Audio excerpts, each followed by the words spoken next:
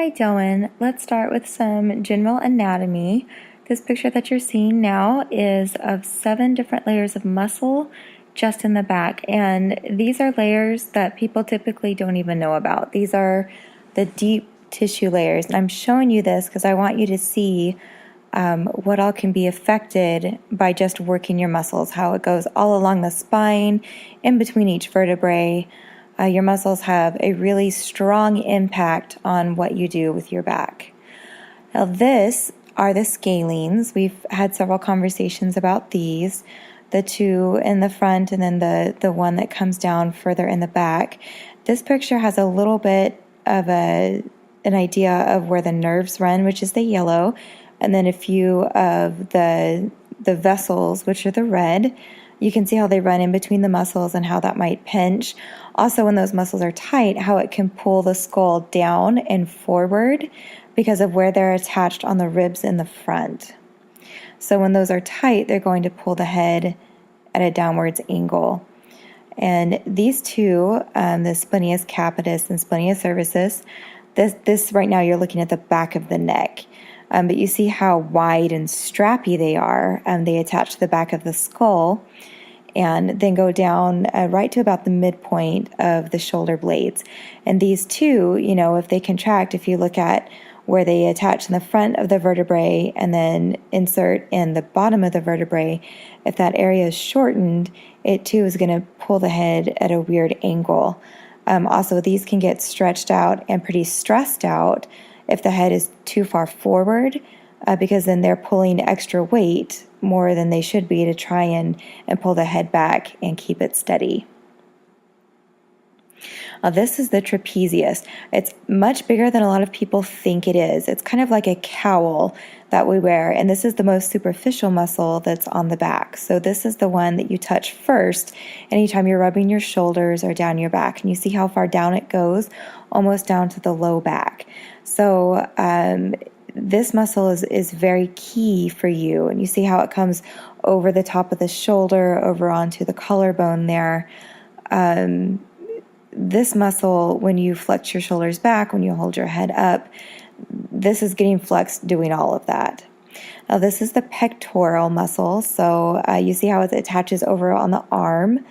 That's the insertion that was really sensitive for you. Back behind there is the pec minor. You can see it back here too, just sitting underneath there. You see how it attaches all the way down the sternum. And then the pec minor is just attached to these 3 ribs here. It's a much smaller muscle, but with the way it's attached up at the other end, you can see it's not actually to the shoulder, but to the shoulder blade. So it's actually attached to a bone on the back side of the body. So when this one is tight, you can see how that would pull that shoulder forward, because it certainly isn't going to pull your ribs back. Now, this is the back of your shoulder blade. You can see there's a lot of muscles here. Those muscles create the back wall of your armpit. So if you were to squeeze the muscles, of that back wall of your armpit, you're squeezing these muscles here. And if you kind of stick your thumb down in there, it's actually the back side of your scapula there.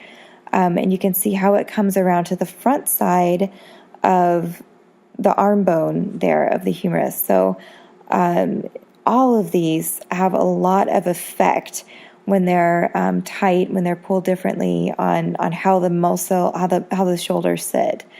And then the deltoid, it wraps forward to back. It's also attached to the clavicle. It's also attached to the shoulder blade. When this one's out of balance too, it's going to have an effect on everything overall as well. So let's go over some stretches. This is the yes-no stretch. Remember to, whichever side you tilt to, push the opposite shoulder down inside of the body. Give it a second to start waking up. Keep your face straight forward, and then tilt up and down. Starting out slow and easy, going a little bit further each time. I do this about 10 times each side. Just getting yourself to that point of it hurts so good, where it still feels really nice, but maybe has a little bit of tenderness associated with it. When you're through, relax that shoulder, lift your head straight up, repeat on the other side.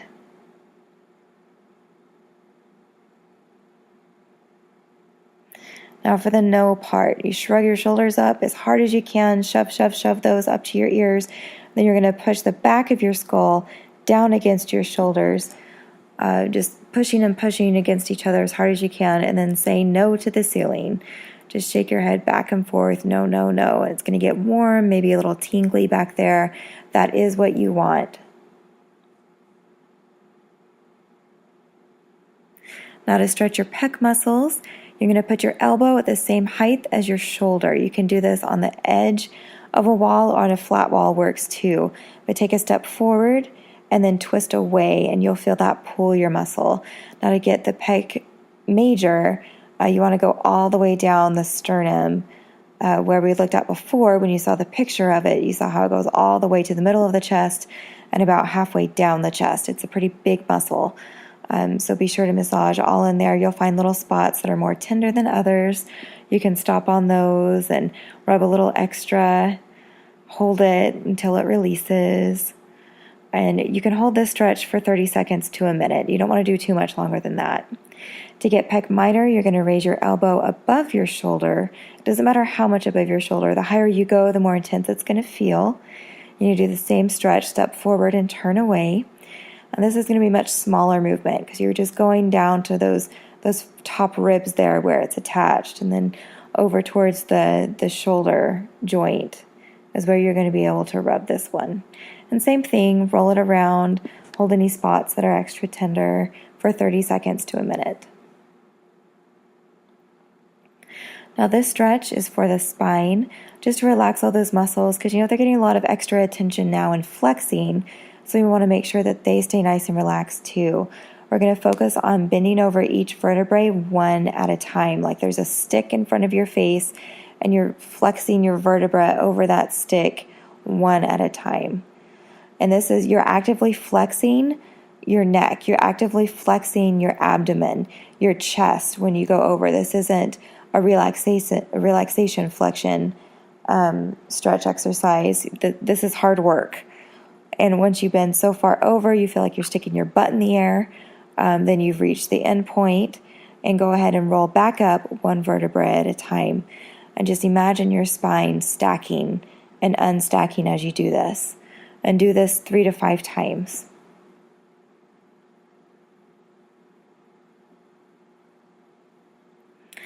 This next stretch, this is called child's pose. If you feel this as a stretch, you can go ahead and start here. If that one is pretty comfortable, then you could go ahead and go into downward facing dog. Now most people focus on their legs on this stretch. This, I want you to focus on your arms. So it's totally fine if you bend your knees. You want to keep your ear holes even with your shoulders or with your arms. So you don't want to let your head drop down too far. You don't want to lift your chin up too high. But the object here is to get your shoulders and your arms fully extended. So you really want to feel that stretch up through your pecs on the front side and possibly down into your biceps. Now we're going to look at some exercises. This is just a straight leg raise, and what you're doing here is flexing all of those muscles that go all the way up and down your back, all the way to your skull, that have been overly stretched. So this is contracting them, pulling them back down to where they need to be. Be sure that your hips stay square to the floor, don't twist them up, and make sure that you don't hyperflex your back when you're lifting your leg. If these muscles in your back are weak, you're going to want to do both of those things. Also, if your muscles, like your quadricep is tight, it's also going to want to flip your hip up. So just be aware of that when you're doing this exercise.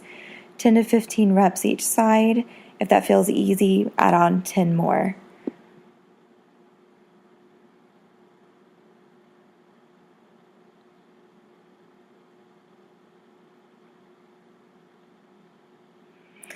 We're going to go through some variations of back exercises by flexing the top half of your back. This is the cobra.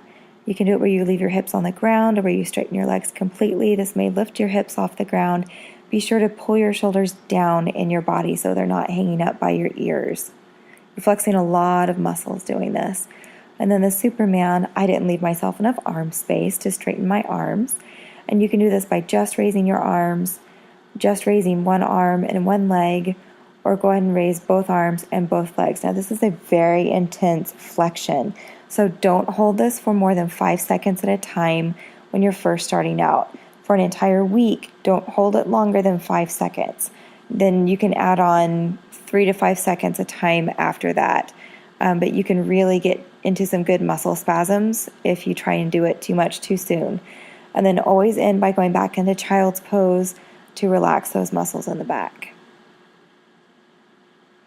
Now we're going to go into planks. So here we're doing a plank with the knees on the floor, where you've got just the majority of weight in your shoulders.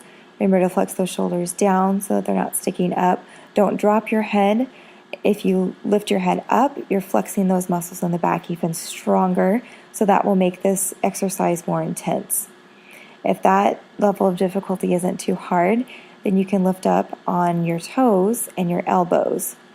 And then that takes away a lot of your stability and adds a lot of weight for those muscles that are now flexed and incorporates the entire trunk. If that's easy, then you can graduate to where you're up on your wrists. And same thing, if you raise your head, then that intensifies this flexion. And then you can also go from the sides. And all of this is just really strengthening your core muscles. And start out short periods of time with these as well. And then going up to your wrist. And then once that feels easy, you can do a twist in your trunk.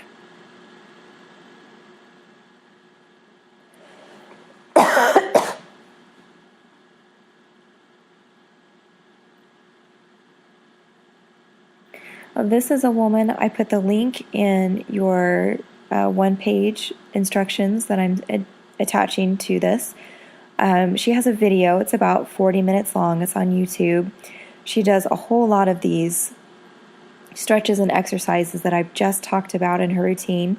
It's fabulous. She's a little slow getting started, but the goal in it is doing the back bend.